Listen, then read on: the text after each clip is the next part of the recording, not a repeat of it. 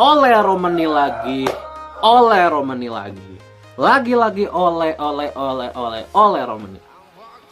Iya, lagi-lagi oleh Romani. Di ASEAN nama oleh Romani begitu diperbincangkan, dimana dia adalah salah satu debutan yang benar-benar menyita perhatian banyak orang. Oke, Assalamualaikum warahmatullahi wabarakatuh teman-teman. Apa kabar kalian? Semoga teman-teman dalam keadaan sehat ya. Semoga di lebaran nanti teman-teman bisa menjalani lebaran untuk yang merayakan ya. Bisa menjadi lebaran dengan penuh khusyuk, kumpul dengan keluarga, kumpul dengan sahabat dan lain sebagainya gitu ya. Semoga diberi keberkahan gitu ya selalu. Perkenalkan gue netizen yang suka ngebahas bola. Jadi di video kali ini lagi-lagi oleh Romani.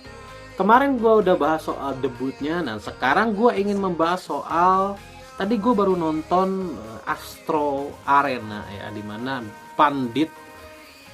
dua pandit Malaysia itu berbicara soal timnas Indonesia, berbicara soal kiprah timnas Indonesia di melawan Australia dan juga Bahrain. Dan ada satu nama yang mereka sangat highlight, mereka sangat kagum, mereka sangat bisa dibilang menyita perhatian mereka, yaitu oleh Romani. Oleh Romani benar-benar menjadi perbincangan di mana-mana di ASEAN ya, perbincangan di mana-mana. Karena gini, di level ASEAN ya, kita bilang level ASEAN ya, memang tidak ada striker yang bisa gue bilang lebih baik dari oleh Romani sekarang di ASEAN ya. Gue bilang ASEAN, kalau kita bicara ASEAN kita lihat striker Vietnam Nguyen Xuan Son ya, kalau kita bandingin dari oleh Romani ya, oleh Romani 2 level di atas gitu ya. Supachai Jaidet, striker andalan timnas Thailand ya, menurut gue Supachai juga masih 1 level di bawah oleh Romani. Kemudian striker Malaysia itu siapa aja? Faisal Halim, kemudian Sergio Aguero gitu ya, itu kan masih 2 level di bawah Romani. Melihat permainan Romani di kualifikasi Piala Dunia, pandit Malaysia begitu antusias, begitu sangat mengapresiasi permainan dari Romani, di mana dia datang sebagai debutan tetapi langsung memberikan kualitas. Itu yang dikatakan oleh para pandit ini. Katanya mereka, oleh Romani adalah exceptional player atau player yang di luar batas normal lah di ASEAN gitu ya, di luar batas normal.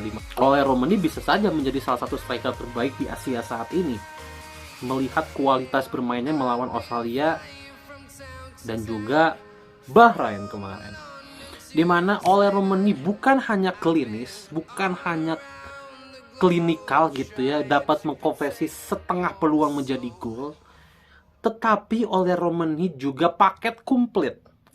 Dalam artian paket komplit apa? Dia bukan hanya striker yang hanya menunggu nomor 9 gitu ya. Tapi dia juga punya skill individu yang luar biasa. Dia juga tinggi gitu ya. Tapi tinggi, tapi dia punya dribble yang luar biasa. Dia punya skill yang luar biasa dan dia sangat cepat. Pemain yang sangat cepat dan dia sangat kuat dalam 1 lawan 1. Jadi striker ini adalah striker yang komplit. Itu yang dikatakan oleh para pandit ini. Jadi gue sangat mengapresiasi sekali lagi para pandit Malaysia ini dengan rasa hormat gue. Terima kasih sudah mengapresiasi striker baru kami. Kami pun sangat bangga gitu ya memiliki sekarang oleh Romani yang menjadi, bisa gue bilang, kepingan puzzle yang sudah hilang selama ini. Memang kita tuh kekurangan striker, dan dengan hadirnya Romani ini benar-benar menjadi jawaban untuk timnas Indonesia dalam mengarungi sisa kualifikasi Piala Dunia ataupun nanti event-event selanjutnya untuk Indonesia. Nanti ada Piala Asia, mungkin kalau kita lolos ke Piala Dunia ada Piala Dunia. Nanti kalau ada kualifikasi Piala Asia atau Piala Dunia, kualifikasi Piala Dunia gitu kan. Jadi masih ada event-event lainnya yang nanti akan dilalui oleh Romani dengan timnas Indonesia. Jadi we'll see. Kemudian tadi pandit Malaysia juga mengatakan bahwa timnas Indonesia yang kemarin yang kemarin itu belum bisa. Jadi sependapat dengan gue ya, gue juga sependapat dengan para pandit ini bahwa mereka bilang kalau hasil yang didapatkan ini belum sebaik Sintayong. Belum sebaik Sintayong, tapi mereka juga menyadari, para pandit ini juga menyadari bahwa memang pelatih baru ini tidak punya banyak waktu untuk mempersiapkan tim. Mereka pun mempertanyakan, para pandit ini, kenapa Sintayong diganti di pertengahan perjuangan kita ke Piala Dunia. Kenapa nggak menunggu nanti hasil akhirnya dulu, apakah kita lolos atau enggak di tangan Sintayong gitu kan. Baru setelah itu mau diganti pun kan tidak jadi masalah, tidak akan jadi beban ke Sintayong, tidak akan jadi beban ke pelatih baru gitu. Tapi para pandit ini juga bilang kalau ya ini udah tidak bisa lagi berproses karena proses sudah dilakukan. Ini hanya tinggal menunggu hasilnya saja. Kita harus mendapatkan hasil di titik ini. Dan ini merupakan tugas berat dari tim Patrick Kluivert gitu ya, dimana itu sudah kelihatan katanya pertandingan melawan Australia, dimana komunikasi ini itu tidak berjalan gitu ya. Para pandit ini bilang ketika menghadapi Australia, Patrick Kluivert dan timnya ini terlalu optimis melawan Australia, di mana mereka menerapkan high defensive line yang membuat banyak sekali lubang di lini pertahanan Indonesia. Itu yang pandit Malaysia itu katakan, dan gue setuju dengan pernyataan itu ya. Ditambah Jay Itzes ini juga gue setuju ya pernyataan ini. Pandit Malaysia itu mengatakan Jay Itzes ini tidak bisa dipasangkan dengan Mads Hilgers dan Calvin Verdong. Kenapa tidak bisa? Pertama, Jay Itzes dan Mads Hilgers ini adalah typical back yang sama. Jadi tidak ada pembagian tugas. Dan kalau misalkan mau menggunakan dua typical back yang sama, bermainnya jangan 3 back, bermainnya 2 back. Jadi cuma Itzes dan Hilgers. Ibaratnya Itzes koper kiri, Hilgers koper kanan, that's it, selesai gitu kan. Tapi kan kalau bermainnya 3 back artinya harus ada pembagian tugas yang jelas. Makanya gua juga setuju kalau Itzes ini kalau bermain 3 back lebih cocok sama Ridho dan Hubner. Kenapa? Karena Ridho dan Hubner ini tidak sama dengan Itzes. Itzes ini kan covering area atau bisa man-to-man marking juga. Nah, Hubner dan Ridho ini agresif.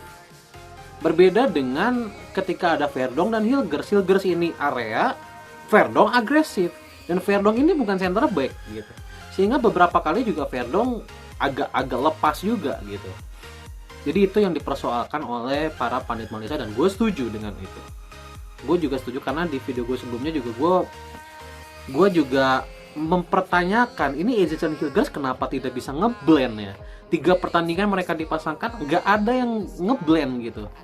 Bahkan kebobolan total 9 gol Itzes dan Hilgers ini ketika bersama-sama. Jadi itu yang menjadi pertanyaan gue. Bandingkan dengan Itzes dan Rizky Ridho dan Hubner. Bandingkan gitu. 6 clean sheet dari 7 pertandingan itu adalah data yang tidak bisa dibantahkan.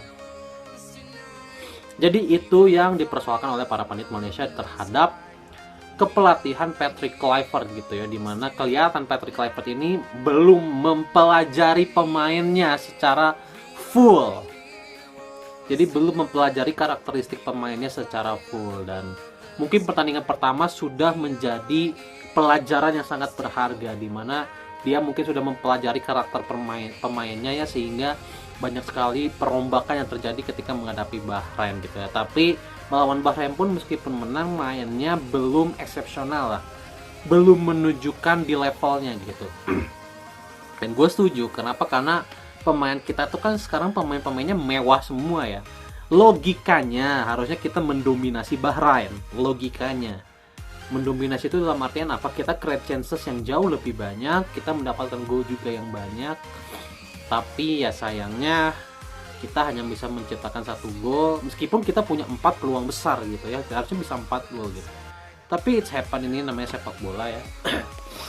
Jadi itu aja soal kekaguman dari para pandit Malaysia terhadap debut oleh Romani di 2 pertandingan awal, dan gue mengapresiasi kepada para pandit ini. Terima kasih sudah mengapresiasi striker baru kita yang akhirnya menjadi jawaban dari kekurangan timnas Indonesia selama ini. Sehat-sehat buat kalian para pandit Malaysia ya.